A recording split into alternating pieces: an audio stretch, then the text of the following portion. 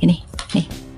Semua nabi-nabi mengkonfirmasi silsilah ini. Tetapi apa kabar dengan Quran? Serem juga kalau ular itu bisa digigit. Om Maimat, bentar ya Om Billy. Om Maimat mau menyampaikan apa ini? Kita dengarkan dulu. Tadi minta Al-Araf 172 ya. Kita lihat ini malah ini lucu. Kenapa saya katakan lucu? Karena mengatakan ketika Tuhanmu mengeluarkan dari tulang punggung anak cucu Adam keturunan mereka dan Allah mengambil kesaksiannya. Saya baca sampai bawah, ini kok malah anak cucu Adam keluar dari tulang punggung. Ini malah gimana Kak Nur? Baca semua dulu, coba nanti kita bahas pelan-pelan sampai. Oke. Ketika Tuhanmu mengeluarkan dari tulang punggung anak cucu Adam keturunan mereka dan Allah mengambil kesaksiannya terhadap diri mereka sendiri. Bukankah aku ini Tuhanmu? Betul. Kami bersaksi agar pada hari kiamat kamu mengatakan sesungguhnya kami lengah terhadap hal ini. Oh, ini berarti anak cucu Adam dari tulang punggung ya, bukan dari rahim istrinya Adam atau gimana? Iya, baik Pak. Jadi gini, kenapa tadi saya mengambil contoh ayat tersebut? Karena tadi tentang iman yang beli kucing dalam karung. Contohnya gini, ayat itu jika kita baca, tentunya kita hanya meraba-raba sama seperti apa yang Agatha sampaikan, bahwa kita itu beriman seperti membeli kucing dalam karung, nggak tahu isinya apa. Makanya kami diajarkan bahwa kita bukan hanya membaca saja, ayat itu harus dipahami dan dijalani. Sehingga apa? Sehingga kita masuk dalam ayat tersebut, kita tahu apa yang kita saksikan. Seperti itu. Nah, itu kejadiannya itu kan anak cucu Adam sebelum ditiupkan ke alam rahim, maka mereka ditanya, apakah aku Tuhanmu, dipastikan di situ. Dan kami menjawab, ya. Dari tulang punggung, bukan rahim, tulang punggung. Ya, jadi kalau itu sih bahasanya sulbi ya. Tapi kalau saya pribadi memaknai ayat tersebut, kita ini jasadnya dilahirkan dari ibu bapak. Ya, tetapi secara keimanan kita harus berproses lagi menjadi yang manusia seutuhnya, manusia yang zahir batin. Kalau saat ini kita nggak memproses diri kita tentang ketuhanan atau keimanan, tentunya kita hanya berjasad saja dan disetir oleh pikiran. Kita nggak bisa mengenal Tuhan tanpa kita menyadarkan kesadaran kita atau jiwa kita. Itu sih Pak. Coba mereka menjawab apa Asmat? Betul, Engkau Tuhan kami bersaksi apa nih? Agar pada hari kiamat kamu mengatakan sesungguhnya kami lengah terhadap hal ini. Ini kenapa kesaksian manusia ini nunggu mati, Mbak? Bukan nunggu mati ya. Sebentar saya dijawab. Bukankah aku ini Tuhanmu? Mereka menjawab, betul. Jadi, kami bersaksi agar pada hari kiamat kamu mengatakan sesungguhnya kami lengah.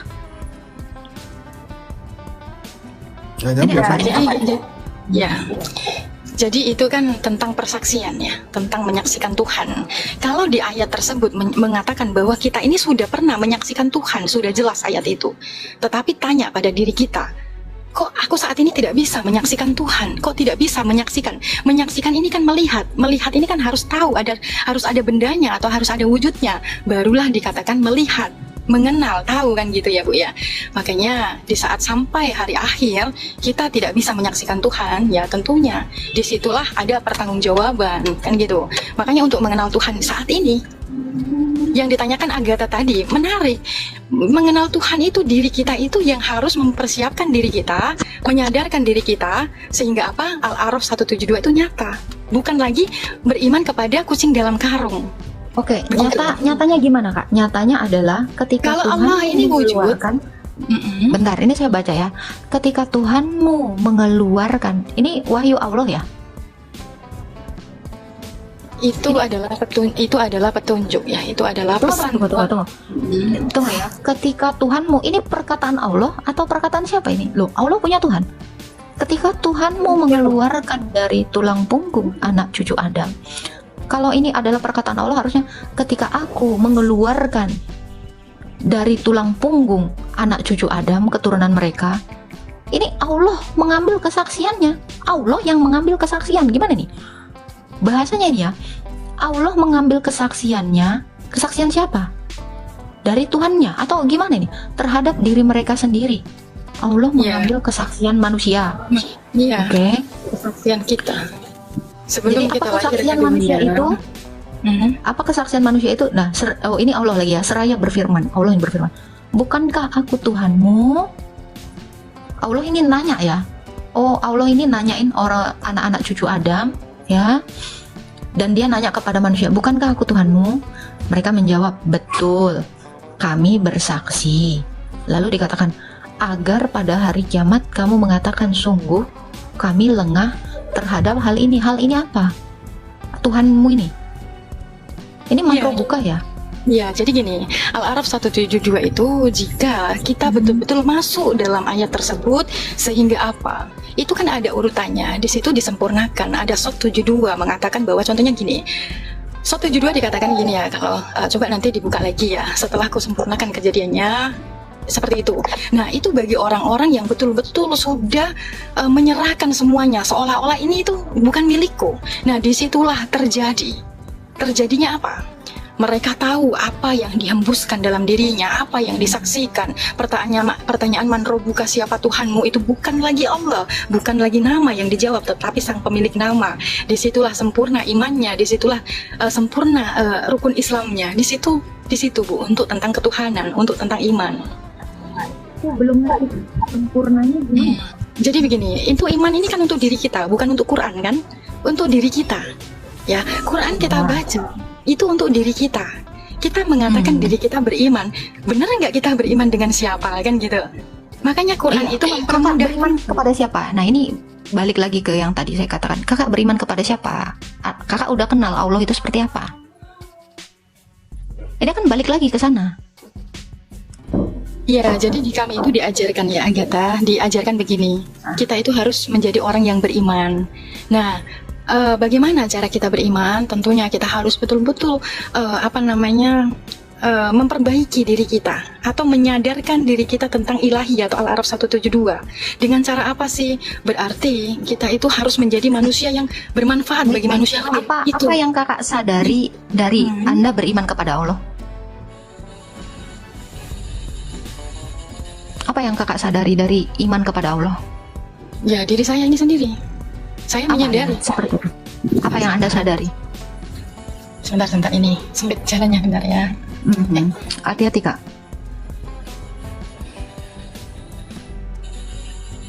Oke. Yang saya sadari kenapa saya beriman kan gitu. Ya, diri saya ada karena orang tua saya kan gitu. Alam semesta ini ada ya karena Allah pencipta langit dan bumi. Ini yang menjadi bukti bahwa kita itu betul-betul harus mengenal siapa yang mengadakan alam semesta. Kita Bukti diajak. apa Kak? Sebentar. Bukti apa yang membuktikan Allah menciptakan alam semesta? Allah ini kan baru diperkenalkan Muhammad abad 7. Buminya udah ada. Ini wahyu umum. Semua ilah di dalam dunia ini semua mengaku Allah mereka yang menciptakan langit dan bumi. Itu bukan bukti Kak, ini wahyu umum. Semua Buktinya ilah di dunia ini. Aku nggak mau bawa alam semesta, diriku ya. Sebentar Kak, ini gini ya. Kalau wahyu umum seperti ini, Kak, saya juga bisa bilang Kak, saya yang menciptakan langit dan bumi ini. Tapi itu nggak bisa saya buktikan, karena emang udah ada. Secara logika, pasti ada zat yang lebih maha kuasa dari diri saya yang menciptakan alam semesta ini. Tapi yang mana ini? Karena semua ilah itu mengaku bahwa mereka adalah sang pencipta. Buddha mengaku, dewa-dewa orang Hindu mengaku mereka sebagai penciptanya. Tuhan Yesus saya juga demikian. Allah Tritunggal itu adalah sang pencipta. Bahkan Allah Tritunggal saya menjelaskan sangat spesifik bahwa bumi yang dia ciptakan ini bentuknya bulat. Ya saya berapa itu Manat? Sementara Allah mengatakan bumi ini datar. Lebih percaya mana Kakak? Yang menciptakan bumi ini bulat atau datar? Ya, saya akan kembali pertanyaan tadi ya. Buktinya apa kan gitu ya? Mungkin secara simpel ya buktinya apa? Ya buktinya ya orang tuaku dan diriku kan gitu. Ini bukti nyata. Bukti, kalau mau bukti ya ini buktinya. Kalau nggak ada diri kita, apakah kita bisa membuktikan bahwa kita adalah manusia? Tidak bisa. Sebelum ada orang tua Kakak, Pontius Pilatus itu di abad 1 itu udah ada Kak. Pontius Pilatus yang punya bapak, punya mama. Gitu loh Kak. Kalau Kakak bilang mengatakan Kakak ada karena orang tua Kakak itu bukti adalah Allah, Kak, ketawa semua orang di dunia ini Pak. Ateis juga ngaku. Iya, orang tua kan saya keturunan kan. Sepakat nggak kalau orang tua kita itu keturunannya sampai ke bentar Kak. Ateis yang nggak punya Tuhan juga dia percaya Kak bahwa dia ada karena bapak ibunya Kak. Ini logika dasar. Ini nggak membuktikan Allah itu ada. Dengan adanya bapak ibumu nggak membuktikan. Ateis sana juga percaya. Ini terlalu apa ya kalau kata saya? Jadi kan gini, kenapa saya mengatakan orang tua yang lebih dekat? Karena orang tua itu punya keturunan sampai kepada Adam, manusia pertama. Nah itu kan keturunan, enggak? Baik, Ya, ini yang dimaksud kalau keturunan. memang, oke, Ini ini buktiin ya, keturunan. kakak harus buktiin ya. Allah ini adalah yang menciptakan Adam dan Hawa ya. Tunjukkan sama saya silsilah dari Adam sampai kepada nabimu. Oh, itu saya nggak bisa. Makanya tadi saya jawab simpelnya adalah ya. Kenapa tidak bisa? Silsilah itu diterterakan dalam Quran, mana Quran saya? Karena memang dia tidak tahu, tetapi saya bisa buktikan di sini. Silsilah sampai ke Adam, sampai ke Yesus. Ini saya bisa tunjukkan. Ini Alkitab saya. Kenapa? Karena memang di sini tertulis. Boleh, nggak apa-apa. Silsilah sampai. Nah, Ya. kan ini cara membuktikan itu seperti itu. Kalau memang dia tahu, harusnya ada di dalam Quran silsilah nabimu itu sampai kepada Adam. Saya nggak melihat ada silsilah, tetapi di sini bisa saya buktikan. Di dalam Injil Matius silsilah itu jelas. Di dalam Kejadian 5 silsilah itu jelas. Terlalu akurat Tuhan saya. Dia bahkan tahu Adam, siapa anak Adam, siapa anaknya lagi dari Adam itu, cucunya Adam, sampai kepada nabi-nabi. Ini terlalu tahu Tuhan saya. Saya bingungnya gini loh Kak. Bahkan istrinya Adam, Allah pun tidak terterakan. Nggak usah ngomongin silsilah, istrinya Adam aja dulu Kak. Itu nggak ada di Quran. Jadi jadi Agatha itu pengetahuan itu pun dari Bible ya, dari kitab tadi ya Agatha. Semua orang pasti nyontek ini. Oke. Jadi apakah gini Agatha? Karena bukan membandingkan ya, ini sharing aja. Karena di Islam juga sama ya, yang diajarkan bahwa kalau kita hanya membaca saja lalu kita yakini, kita nggak tahu kebenarannya, maka itu sama saja membeli kucing dalam karung. Itu memang tidak diperbolehkan. Karena apa? Ini tervalidasi. Oke. Nabi-nabi Musa ya, Musa sampai ke Abraham, sampai ke Ayub, sampai ke Yakub, sampai ke Yohanes, sampai ke Yesus. Ini tervalidasi. Semua nabi memvalidasi. Bayangin nih, dari Adam sampai ke Nuh, sampai ke Abraham, sampai ke Israel, sampai kepada Yohanes. Ini semua nabi, nggak ada yang bertentangan dengan ini. Nih. Semua nabi-nabi mengkonfirmasi silsilah ini. Tetapi apa kabar dengan Quran? Apa yang dikatakan Quran? Bukakan dulu itu keturunannya itu yang biasa dibawa Bang Meta itu. Siapa? Duluan Adam duluan Musa dengan Daud. Oke. Ini kocak loh Kak. Ini kocak asli. Kalau memang Allah itu adalah pencipta, ya dia tahu silsilahnya. Duluan mana Musa dengan Daud? Kak, menurut Kak Nur. Ini penting sekali ya. Duluan mana Kak Musa dengan Daud Kak? Saya kurang paham itu, kurang paham. Itu di surah berapa? Tak gue lupa. Sorry. Aduh. Mungkin bisa dijelaskan saya Coba nyimak. prop surah berapa prop? Lupa saya. Nah ini ya. Nih, makanya saya bilang kalau kakak mau mengatakan silsilah ya, nih di dalam Quranmu sendiri Kak, itu dikatakan Daud dulu baru Musa.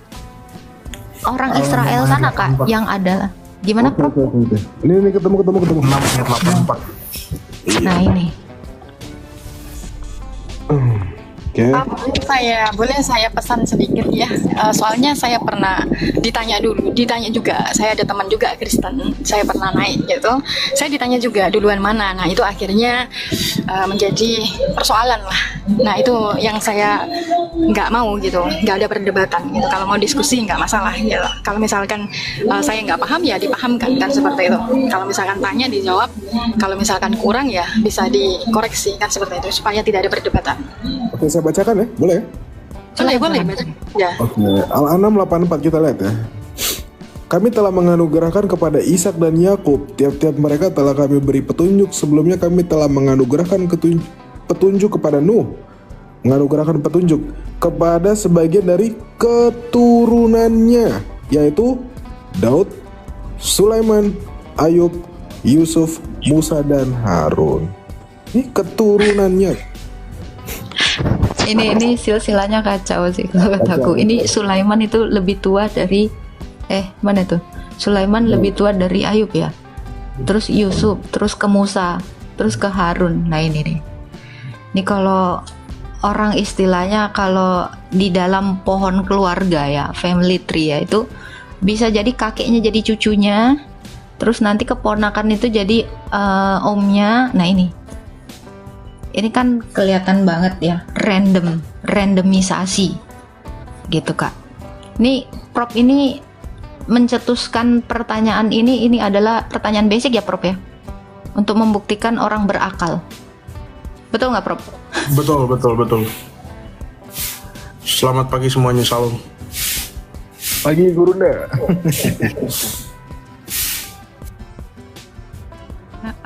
Itu ya. Jadi kalau kita mau mengecek bahwa Allah itu adalah pencipta kita, harusnya dia tahu duluan Musa atau Daud. Kenapa malah kayak tadi itu acak-acakan Kak, kalau ngomongin silsilah gitu Kak. Gimana Kak Nur? Gue tertarik tak yang mau bumi dulu gimana? Boleh nggak? Atau lanjutin narasi lo yang tadi? Ya, boleh dilanjut dulu ya. Boleh saya bertanya sedikit sebelum dilanjut gini ya. Oh, boleh. Kalau saya kan dididik bahwa kalau tentang keimanan itu ya sah-sah saja kita mau mempelajari tentang kisah, tentang sejarah gitu kan ya. Tapi sangat bahaya sekali kalau kita masukkan dalam keyakinan seperti itu. Karena apa? Yang pertama, kita tidak lahir di zamannya. Yang kedua, zaman ini semakin berbeda kehidupan ini, tetapi tentang ketuhanan atau tentang keimanan mulai dari zamannya Adam sampai zamannya kita itu masih sama. Allah itu seperti itu. Saya tunjukin dalil Kak ya. Ini dari Alkitab dulu ya, boleh ya? Boleh silakan. Oke. Di Alkitab kami, dia yang bertata di atas bulatan bumi. Jelas Kak ya? Oke. Tapi ketika saya buka surah Al-Kahf ya, Kahf di ayat 47, saya menarik nih, menemukan di abad ke-7 Allah memperkenalkan dirinya dan memperkenalkan hal yang baru. Apa itu? Kita lihat. Di surah Al-Kahf ayat 47 dikatakan apa? Dan ingatlah akan hari yang ketika kami perjalankan gunung, kamu akan dapat melihat bumi itu datar. Makanya saya bingung untuk menyamakan Allah Allah di kami dengan Allah Islam itu tidak sama. Karena apa? Allah kami memperkenalkan bahwa bumi itu bulat. Tapi ketika Islam datang di abad 7, dia mengatakan bumi itu datar. Nah itu dia, ini salah satunya Kak. Silakan Tak. Gitu. Ada yang mau disampaikan Prof?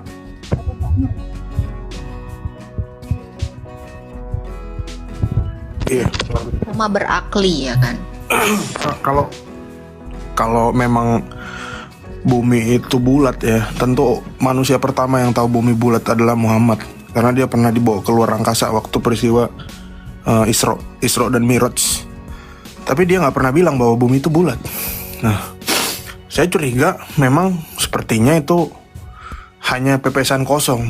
Ya ini saya yang bilang ya, hanya pepesan kosong belaka. Karena kalau dia mengetahui dia betul-betul dibawa ke Sidratul Muntaha, pasti dia ngeliat bumi itu bulat. Sama seperti yang kita imani sekarang. Kenapa kita tahu? Bukan hanya gara-gara kita nonton TV, karena kita juga udah pernah naik pesawat. Kan gitu. Ternyata Nabi Muhammad gak pernah bilang seperti itu. Jadi saya curiga memang, tadi katanya Kak Nur kan, Allah tidak bisa dipisahkan dengan Nabi Muhammad, tidak terpisahkan. Ya betul. Karena sepertinya Allah ini memang adalah Nabi Muhammad itu sendiri. Makanya dia nggak tahu bumi itu bulat. Gitu. Saya tidak mengatakan bahwa tidak terpisah oleh Nabi Muhammad ya. Bukti nyata adalah rukun Islam saja. Di situ syahadat secara syariat.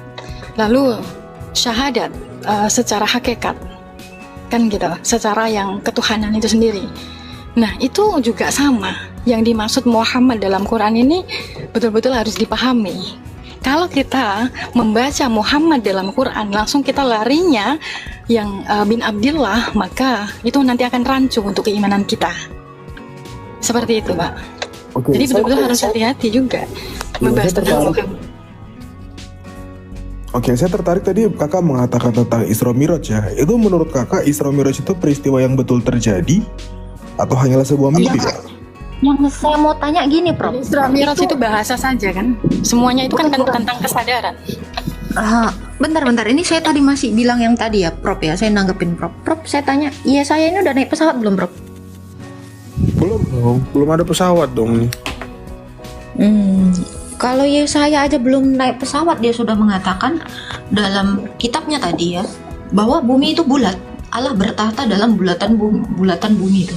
Berarti ini Allah ini benar-benar tahu bahwa bumi itu bulat, betul dong? Iya dong. Iya. Harusnya. Iya. Nah itu sementara Baginda udah pernah Isra Mi'raj. Kenapa tidak ada narasi mengatakan bumi bulat? Malah ayat tadi ya. Coba itu, oh Maimat baca. Yang mana, Al-Qaf atau apa? Ya justru saya ingin bertanya ke Kak Nurilahi ya. Saya cuma mau nanya, peristiwa Isra Mi'raj itu peristiwa yang terjadi secara nyata atau mimpi Kak? Menurut Kak Nurilahi. Setahu kakak lah. Nyata. Saya tunjukkan ya. Sebentar dulu. Ada dasarnya dulu. Jadi gini, kenapa saya mengatakan itu nyata? Karena itu tentang keimanan.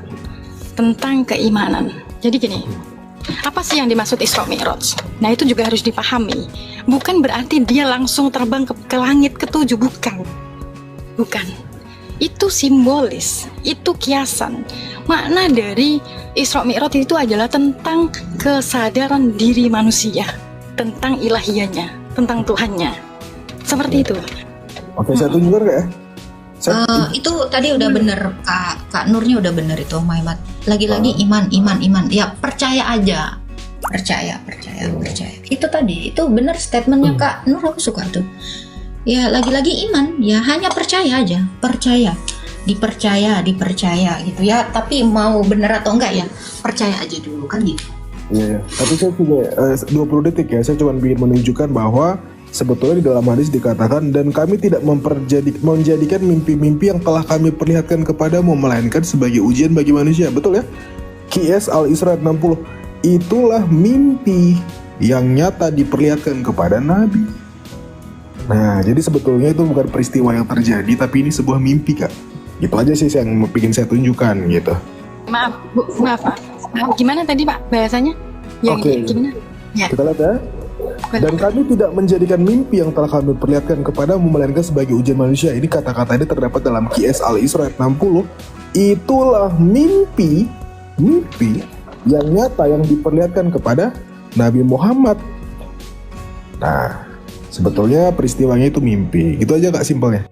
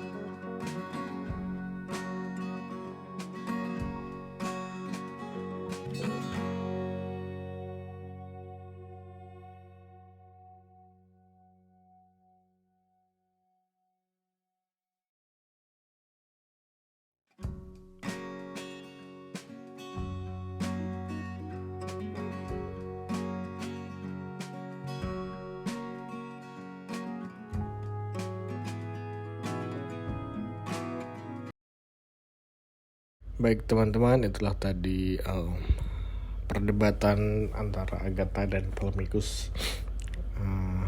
Perbincangan yang luar biasa sekali dan dipenuhi dengan fakta-fakta yang dikeluarkan oleh Agatha tentang Alkitab dan juga Al-Quran.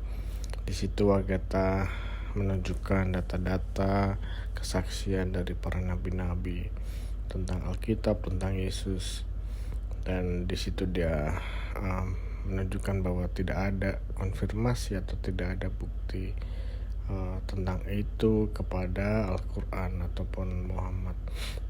Jadi dari situ kita bisa lihat bahwa bukti-bukti yang diberikan Agatha itu ada di Alkitab, ada di Al-Quran, dan semuanya itu ada datanya, ada sumbernya. Namun Ptolemaikus ini, penanya ini bersikeras bahwa dia tidak percaya dengan hal itu, dia tidak percaya dengan data itu, padahal data itu sudah ditunjukkan dengan jelas, dan dia justru menyerang dengan topik yang lain yang tidak sama dengan apa yang dibicarakan. Jadi dia memang menggunakan cara-cara yang seperti itu untuk menghindar dari fakta yang sudah ditunjukkan oleh Agatha. Ya memang mereka sendiri tidak siap dengan fakta itu karena ini adalah fakta-fakta yang tidak pernah ditunjukkan oleh mungkin guru-guru mereka atau ustadz-ustadz mereka. Jelas kalau mereka beritahu kan pasti banyak yang bingung atau tidak percaya. Tapi di situ Agatha menunjukkan dan mereka tidak menerima itu karena mereka tidak siap dengan hal itu. Justru mereka malah mengolok-olok atau mengalihkan ke topik yang lain dan menggunakan, tidak bisa membuktikan dengan data, dan itu sering sekali terjadi di ruang-ruang perdebatan seperti itu ya. Dan kita tahu sendiri bahwa mereka melakukan itu karena mereka tidak mau diekspos dari agama mereka, padahal mereka menanyakan dan mereka mencari tahu tentang fakta-fakta itu, tapi ketika diberikan faktanya mereka tidak mau menerima. Mereka hanya ingin mau menerima ketika fakta itu sesuai dengan pikiran mereka, sesuai dengan kehendak hati mereka, dan mereka tidak siap untuk menerima fakta yang berbeda atau fakta yang mungkin mengagetkan mereka sendiri. Jadi ya itulah yang terjadi pada para Ptolemaikus. Mereka berpolemik, tidak jelas dengan apa yang mereka ingin ketahui, dan ketika diberikan faktanya mereka menolak karena mereka sedang di posisi bingung, mereka tidak tahu, makanya mereka bertanya di ruang-ruang diskusi seperti itu. Tapi Agatha sangat memberikan jawaban yang sangat luar biasa, memberikan fakta-fakta yang konkret, semua ada datanya, tidak hanya omong kosong. Dan itu memang sudah terbukti, diakui oleh banyak sumber ya, dari data-data yang dia berikan. Ya itu saja teman-teman. Terima kasih sudah menonton video ini, sudah memberikan dukungan teman-teman semua, dan dukung terus channel ini melalui subscribe, like, komen, dan share, dan bagikan ke banyak platform digital yang lainnya.